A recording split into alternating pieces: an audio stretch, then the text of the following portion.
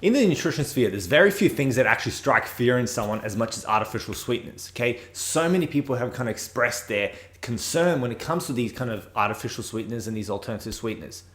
Just from simple fact that it's promoted as being more toxic than added sugars, more toxic than a lot of things, and actually bad for our health. But is this justified, or is this just fear-mongering gone wrong?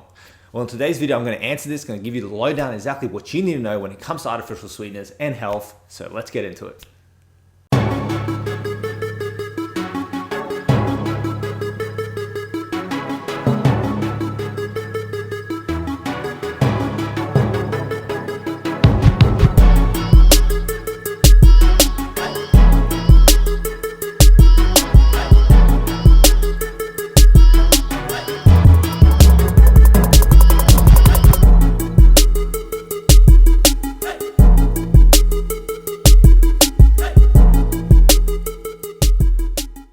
If I had $1 for every time someone told me that they believe that artificial sweetened drinks, such as diet soft drinks and the like, is worse than the normal soft drinks, I'd have a lot of coins in my pocket.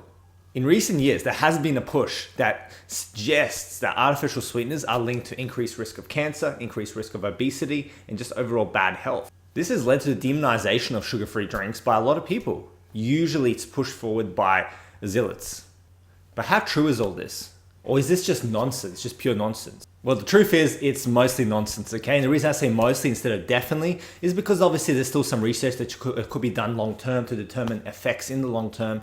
But generally speaking, from the evidence that we have from the research that's been done, it suggests that the notion that artificial sweeteners are linked to all these health risks or that are just simply that bad for us is just nonsense. It's just, there's no grounding to it. Nada, zilch, negatory, okay? None of the above. Because the fact is, under normal conditions, and what by normal conditions I mean is under what's humanly possible to consume, the research shows that consumption of these drinks has no negative effects. At best, you may argue that it might have an effect on the gut microbiome, so it could affect your gut health if you're drinking in excess, or it could potentially affect your sweet receptors, so to speak, so it can change the way you perceive sweet things, even like other things that actually have sugar in them. But even these things are not 100% conclusive, and even there is more research to be done to kind of support these claims, so to speak. But this is, of course, if there's chronic overconsumption, not normal consumption, which is probably what you yourself would be drinking. So the idea that it's linked to cancer, it's obviously kind of makes sense in terms of why they would argue it, because if they believe that artificial sweeteners are toxic for the body and it's like a foreign thing for the body, then that can obviously spur on, cancer production and growth. But there's no evidence at all to suggest that. But the thing I want to talk about is the idea that artificial sweeteners, sugar-free, zero-calorie Cokes and all that kind of stuff, the notion that can lead to obesity or potentially just prevent you from losing weight effectively. Let's talk a bit more about that, because simply put, that defies the physiology of nutrition and the physiology of the body. So let's go into it. Sugar-free drinks, so those are artificial sweetened drinks, they generally have virtually 0 calories. The reason I say virtually is because technically some of them have a little bit of calories, but it's so minuscule that there's no significance to it in the grand scheme of things of a diet. Unless obviously you're kind of tiptoeing between the fine line of maintenance and the deficit, and you're consuming so many of these drinks. Generally speaking, we can argue very strongly that these sugar-free drinks virtually have 0 calories. So simply put, when you take out the sugar, what do you have? Water, flavor, carbonation, and the artificial sweetener that's been used. What's left? Okay, not much calories there at all. You can argue there's no calories there. So the math is pretty simple when it comes to that, okay? And then we know, obviously, with weight gain and obesity, the thing is that it's a calorie surplus, okay? Eating above our requirements that leads to weight gain. So let's look at this more in depth. When you look at the calorie balance equation, you need to be in a positive calorie balance or, in a calorie surplus to be able to gain weight, okay? Now, these drinks contribute very minimal calories, if any at all.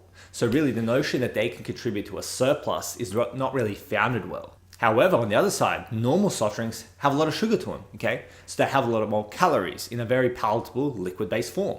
Very easy to overdo those on top of your normal caloric intake, hence leading to a surplus, hence leading to weight gain, hence increasing risk of obesity and all those kind of comorbidities that kind of come about with obesity. So as you can see, it's very, very hard to make a good justified argument for saying that sugar-free drinks are worse for you when it compared to normal soft drinks when it comes to weight gain or being able to lose weight. Because simply put, normal soft drinks will provide a tangible, strong kind of calorie addition to your diet, whereas the sugar-free ones won't. So really, the notion that sugar-free is going to cause weight gain is pretty much nonsense. However, I do want to make the point that this doesn't matter whether it's normal soft drink or sugar-free soft drink.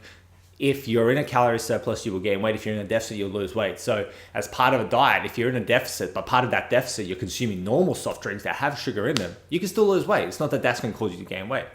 And similarly, if it causes you to go into a surplus, you will gain weight, as I mentioned just before. So it doesn't really matter in that regard. If your calorie is where it needs to be, it will be where it needs to be. Obviously, you can argue that, sugar sweetened drinks like Coke and stuff like that are not sugar free, that are the normal varieties, so to speak, they can obviously displace other more nutritious foods as part of your energy budget that you're allowed. So that could be kind of argued. But all things aside, when it comes to weight loss, sugar-free drinks won't contribute to that surplus, at least not on the normal consumptions, and sugar-containing drinks can.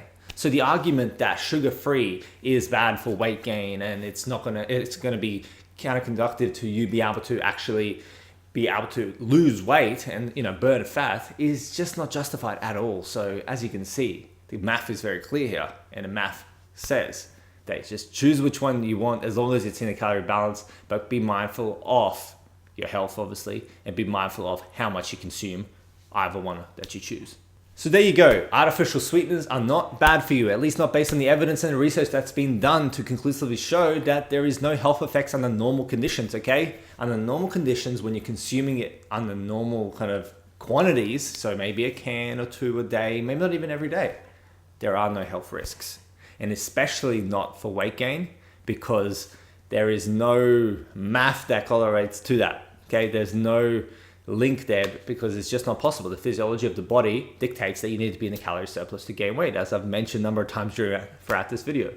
So therefore, 0 calorie things can actually be a very effective way for you to actually lose weight. If you're someone that's struggling to get into an energy deficit and you're drinking a lot of normal soft drinks, swapping to sugar-free can be a quick and easy way to switch your intake like that and cut down on calories in an easy way. So really, if anything, sugar-free drinks can be a weight loss conducive food if done in the right way. I'm not saying you just drink those and you lose weight or that you have to rely on those. It's just a tactic, a tool, so to speak, in the toolbox that you can come in to use when needed to help you achieve a calorie deficit. So what's my recommendation?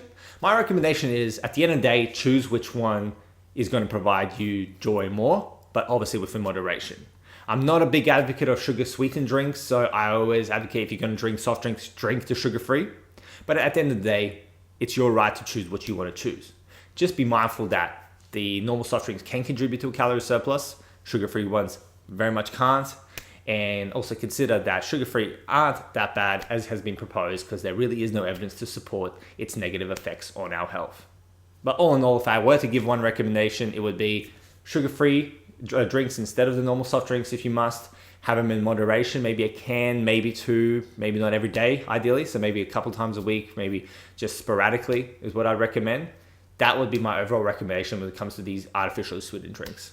And the simple fact is, the reason I'm saying moderation to that extent is because if there's new research that comes out and suggests that gut health can be affected to a more, greater extent than we thought, obviously you'd be kind of in the right position for managing that and mitigating any risk. But obviously, because there is some more evidence to be kind of done, there's more evidence to be kind of discovered, so to speak, to determine whether there are any health effects. Being on the modest side is probably a better idea, just because you don't get any necessary benefits from these drinks, even though they're sugar-free. So I hope that answers it for you. If you've got any questions, please leave it in a comment below. Leave what resonated with you in the comment below as well. If you've got any other questions, you want to kind of talk to me personally, reach out through Instagram. If the link is in the description, and just DM me there and I'll help you out. And as always, please like and subscribe. I've got a whole bunch of other videos to watch, and I've got a whole bunch of other videos to come. So, if this stuff is of interest to you, please like and subscribe. Share with your family and friends. Until next time, stay out of trouble. See ya.